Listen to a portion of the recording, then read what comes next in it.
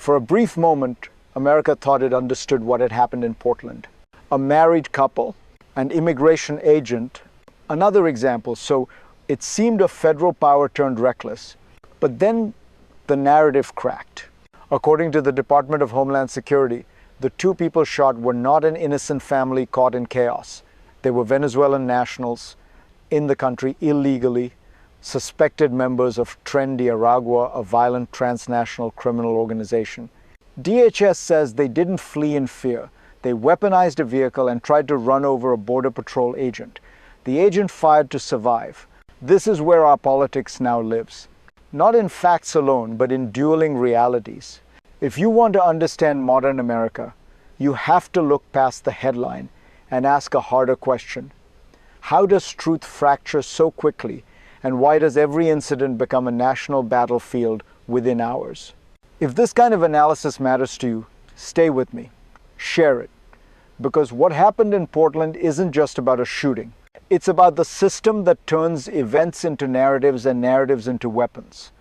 And to understand that, we need to step back and see the full picture. To see the full picture, we need to slow the moment down. Strip away the slogans. Ignore the viral clips. Focus on the structure beneath the outrage. What happened in Portland immediately triggered two competing stories. One framed the event as another case of federal overreach, armed agents, unchecked power, innocent victims. The other, pushed forcefully by DHS, described a confrontation with suspected gang members who allegedly tried to kill an officer using a vehicle as a weapon. These stories are not just different interpretations. They represent two entirely different moral universes. In one, the federal government is presumed guilty, its agents dangerous by default. In the other, enforcement is a last line of defense against chaos unleashed by failed border policy. And notice how quickly political leaders chose sides, not after investigations, but before. This is not accidental. It reflects a deeper breakdown.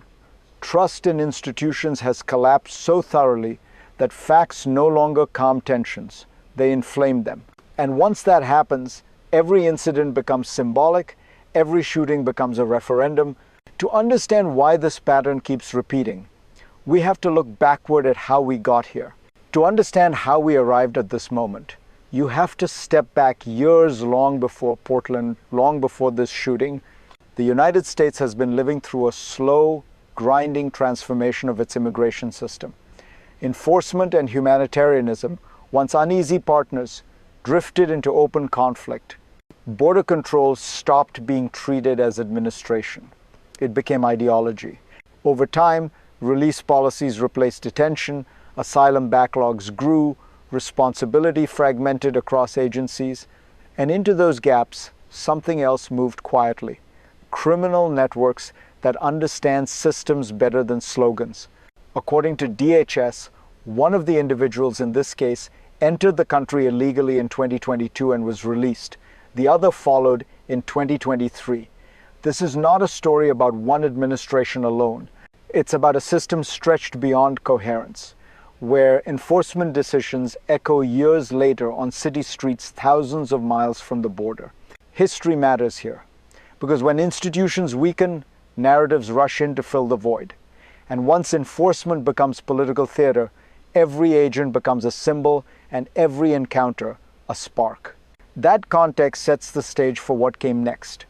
A moment where policy failures, political reflexes, and human decisions collided in real time.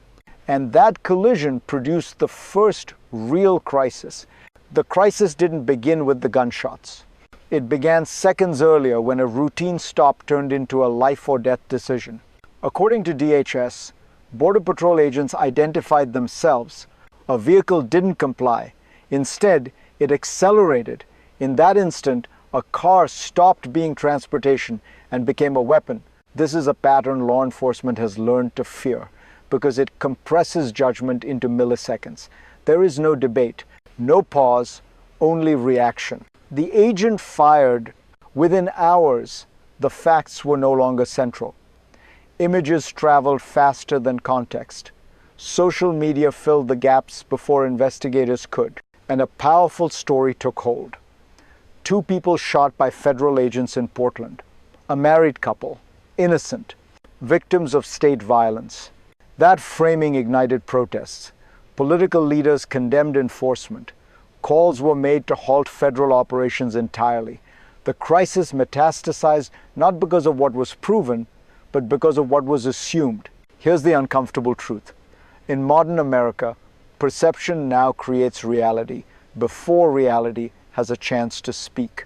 If you're trying to make sense of this moment, pause here. Ask yourself, who benefits when complexity disappears? Because the most dangerous part of this crisis isn't the shooting itself. It's what happens next when the system behind it stays invisible. And that's where we need to go. What stayed invisible in the first wave of outrage was the machinery underneath the event.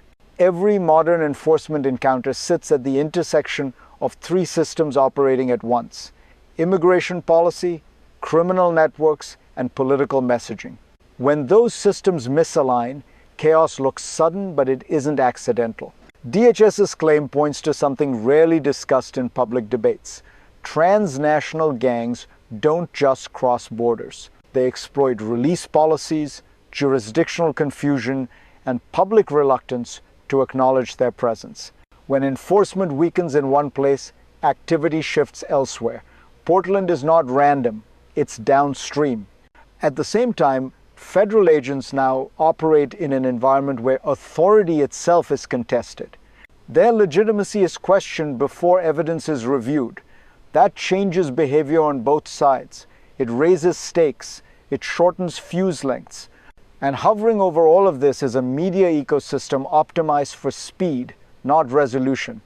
The first narrative wins, even if it collapses later. This is the hidden mechanism.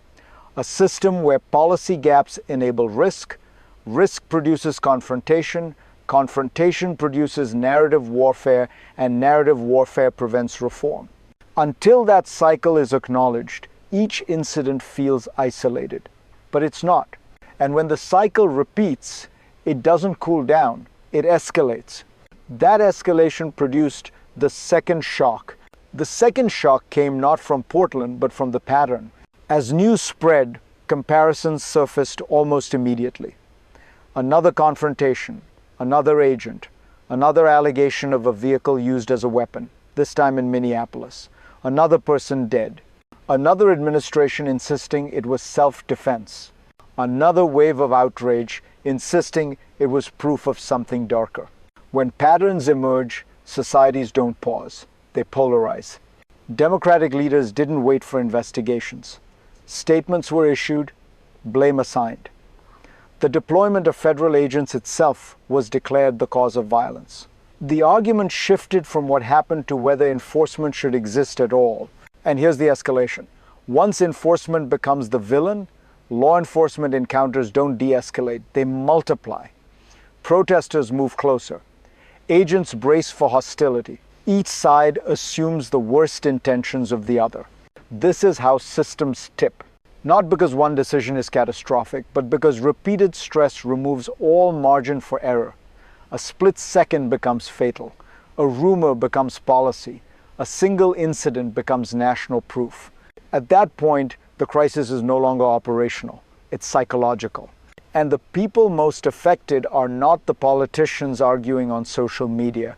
They're the people living inside the blast radius of the system itself. If you're watching this, you're not a policy memo or a press release. You're a person living with the consequences. You're the parent wondering why your city feels more unstable than it did 5 years ago. You're the immigrant who followed the rules and now fears being lumped into someone else's crimes. You're the citizen trying to decide who to believe when every authority contradicts the other. And here's the quiet damage. When narratives harden, empathy collapses. If DHS is lying, then enforcement is tyranny. If DHS is telling the truth, then the public was misled and trust was manipulated. Either way, you are the one left navigating uncertainty. You pay the price in fear, confusion, and division. Because systems don't fail in abstraction. They fail in neighborhoods, on streets, In moments where someone like you is standing nearby, this is why emotional reactions matter. They shape policy pressure, they shape elections, they shape what happens the next time an agent and a civilian meet. If this resonates, don't dismiss it, share it, talk about it, because understanding is the only leverage ordinary people have left. And what's happening here doesn't stop at America's borders. The ripple spreads outward. What happens in Portland doesn't stay in Portland. Around the world, governments are watching how the United States handles enforcement, legitimacy, and internal dissent. Because America doesn't just export culture, it exports signals. When federal authority is publicly questioned by mayors, governors, and senators in real time, it sends a message far beyond domestic politics.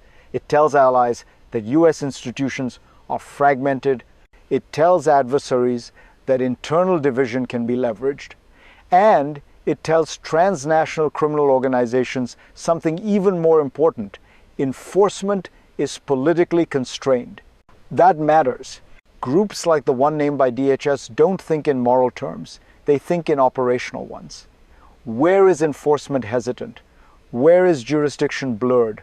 Where does outrage paralyze response? Those answers shape movement, recruitment, and risk. At the same time, global audiences absorb another image. America as a country where truth is contested instantly, where facts must fight narratives to survive.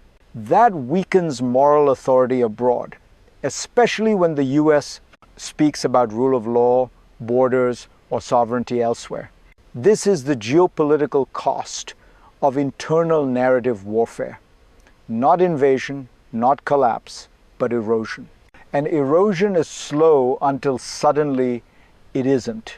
So the real question now isn't what happened yesterday, it's what happens next. And there are only three plausible futures. There are three ways this story can unfold. None of them are abstract, all of them are already taking shape. In the first future, clarity wins. Investigations are completed. Evidence is weighed publicly. Narratives are corrected or confirmed with credibility. Trust doesn't fully return, but it stabilizes. Enforcement becomes more disciplined.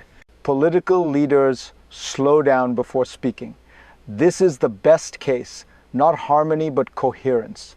In the second future, ambiguity becomes permanent. Every incident produces two truths, depending on who you ask. Investigations exist, but no one believes them. Federal agents operate under suspicion. Communities operate under fear. The system keeps moving, but it grinds. This is the most likely path, slow erosion without resolution. And in the third future, escalation becomes the norm. Enforcement is framed as provocation. Protests move closer to operations. Agents respond defensively. Criminal actors exploit the chaos. One miscalculation triggers something irreversible. Not because anyone planned it, but because no one stopped the spiral. These futures aren't chosen by one election or one agency. They're shaped by incentives. Media incentives, political incentives, emotional incentives. And unless those incentives change, the ending is already written.